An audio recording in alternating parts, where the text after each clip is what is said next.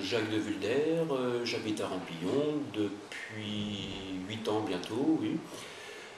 Je venais avant tous les week-ends, donc je connais très bien la région. Et bon, célibataire, voilà. Alors, j'ai connu Nangilude il y a quelques années lors d'un festival de ludophonie. Faisant partie de la communauté de communes, j'avais un petit peu participé à la préparation. Oui. Donc c'était il y a 4 ans, 5 ans peut-être. Oui. Eh bien, comme je disais, pour les ludopholies, mais à part ça, non, rien d'autre. Voilà. Déjà connaître beaucoup de gens et puis essayer de faire participer les gens aussi justement à ces actions comme ludopholie et voilà, essayer de mettre de l'animation et de faire des rencontres. Je le souhaite encore plus convivial et encore plus convivial et amener de l'emploi, ce qui manque un petit peu dans la région, mais je le vois bien parti. Je le souhaite en tout cas. D'accord. Bon, alors je m'appelle Romain Zini et j'habite à Nangy depuis que je suis né, donc depuis 24 ans. Et donc j'habite chez ma mère. Et je n'ai pas d'enfant, je n'ai pas de femme. Voilà. Alors je pense depuis un peu ses débuts. Alors depuis combien de temps exactement? Je pense que ça doit faire 6-7 ans. 6 ans, puisque j'ai commencé l'animation il y a 6 ans. Donc 6 ans. Alors j'ai été bénévole au tout début, sur des actions sur la mare au curé par exemple, des grands jeux. Et puis j'ai commencé aussi mes premières initiations au cirque, parce qu'avec Nangilude j'ai passé mon BAFA, et donc j'ai passé mon perfectionnement art du cirque, qui après, voilà, a fait mon chemin. Ça m'a apporté beaucoup d'expérience de vie, déjà. Expérience dans le travail d'équipe. C'était un peu le début de mon chemin en fait. Après j'ai fait des colonies de vacances et des centres de vacances, club vacances, on va dire. Voilà. Donc le Nangilude m'a donné l'opportunité de passer mon BAFA gratuitement et du coup de prendre mon chemin, mon envol. Alors le territoire, pour moi, je vais prendre Nangy, puisque je sais que la communauté de communes est sur un peu plus que Nangy, mais je vais prendre Nangy comme exemple. Nangy est une ville qui, pour moi au début, ne bougeait pas forcément plus que ça, et en voyant les actions de Nangilude, j'ai vu qu'on pouvait faire bouger le territoire justement. On peut faire bouger le territoire par n'importe quel moyen. Une activité peinture, musique, jonglerie, n'importe. On est là et ça bouge.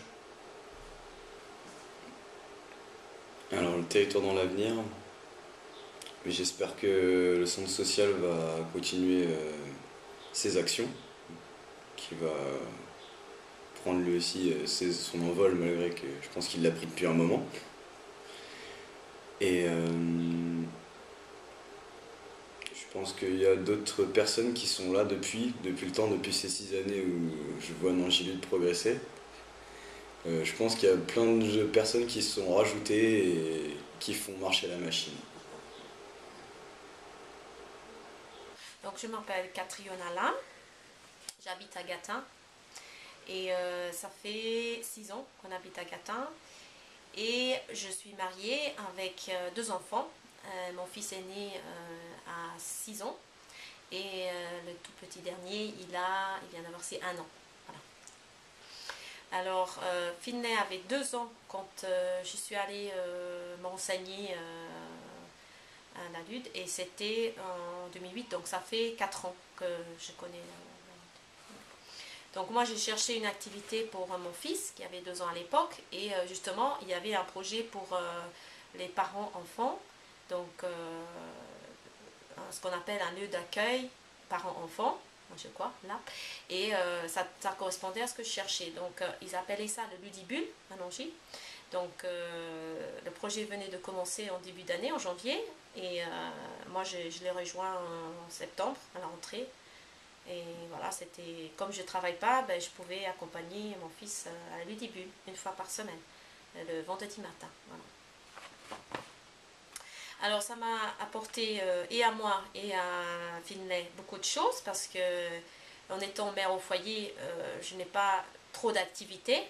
Donc j'étais avec lui depuis sa naissance et quand on arrive à 1-2 ans, un enfant a besoin de contact social en dehors de son foyer. C'est important pour son développement personnel et puis c'est naturel, surtout qu'il n'avait pas de frères ou sœurs plus âgés.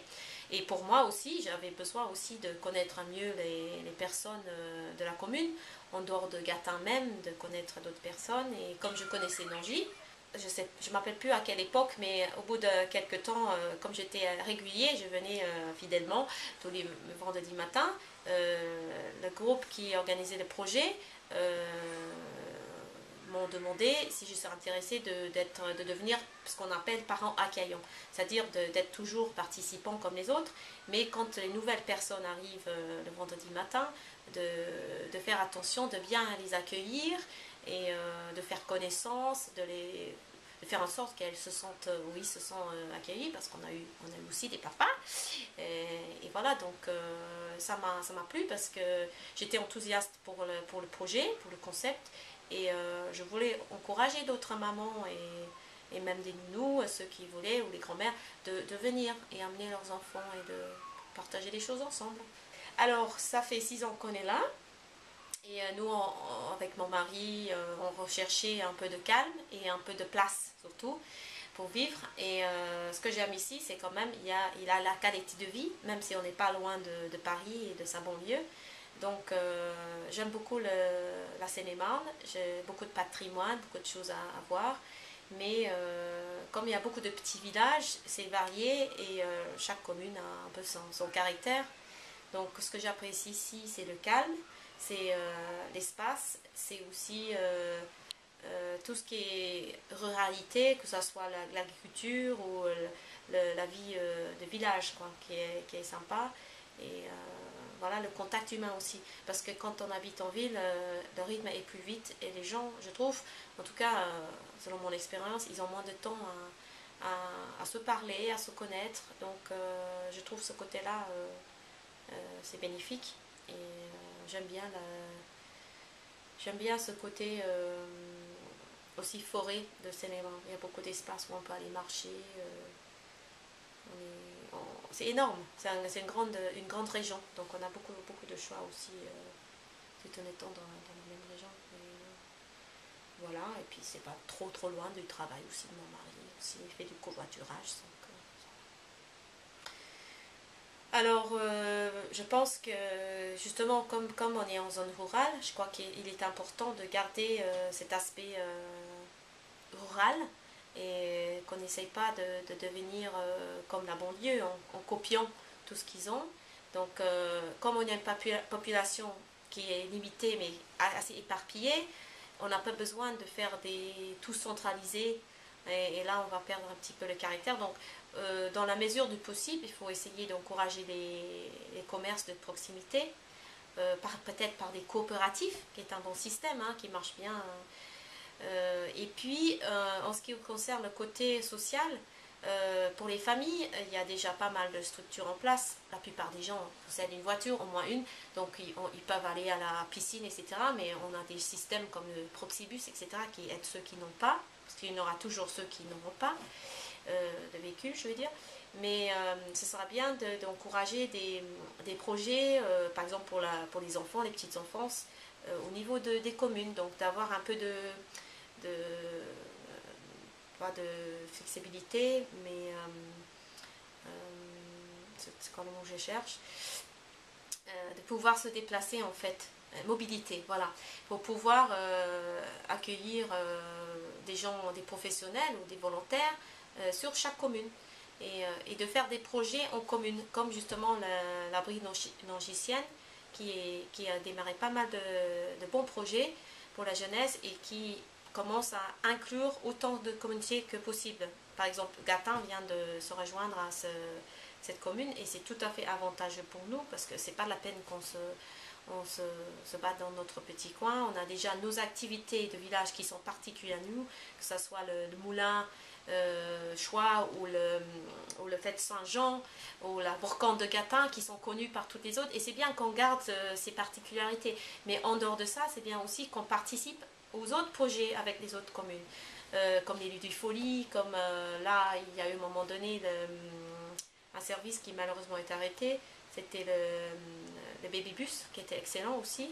Pour ceux qui ne peuvent pas aller tout le temps à la médiathèque, il y avait un service de proximité. Et puis, et là, je vais à la rentrée inscrire mon fils pour le multisport, qui est une activité tout à fait ludique et très bien pour les petits, que mon fils va faire après l'école le jeudi soir et qui est à 3 minutes de la maison. Ah, ça, c'est super, parce que ça évite encore des déplacements. Les enfants sont déjà fatigués avec une bonne journée d'école. Enfin, c'est mon avis parce que je ne suis pas française, donc je connais un autre système qui est du nord d'Europe, où les enfants ont des journées beaucoup plus courtes, moins de vacances, mais des journées plus courtes. Donc je trouve que si on peut rapprocher les activités de chez eux le maximum, ça aussi, ça leur donne une qualité de vie et ça les fatigue moins. Et il y a moins de problèmes relationnels et tout ça quand les enfants sont bien dans leur peau. Ouais, c'est quelque chose de basique, mais c'est un peu ma perspective d'étranger.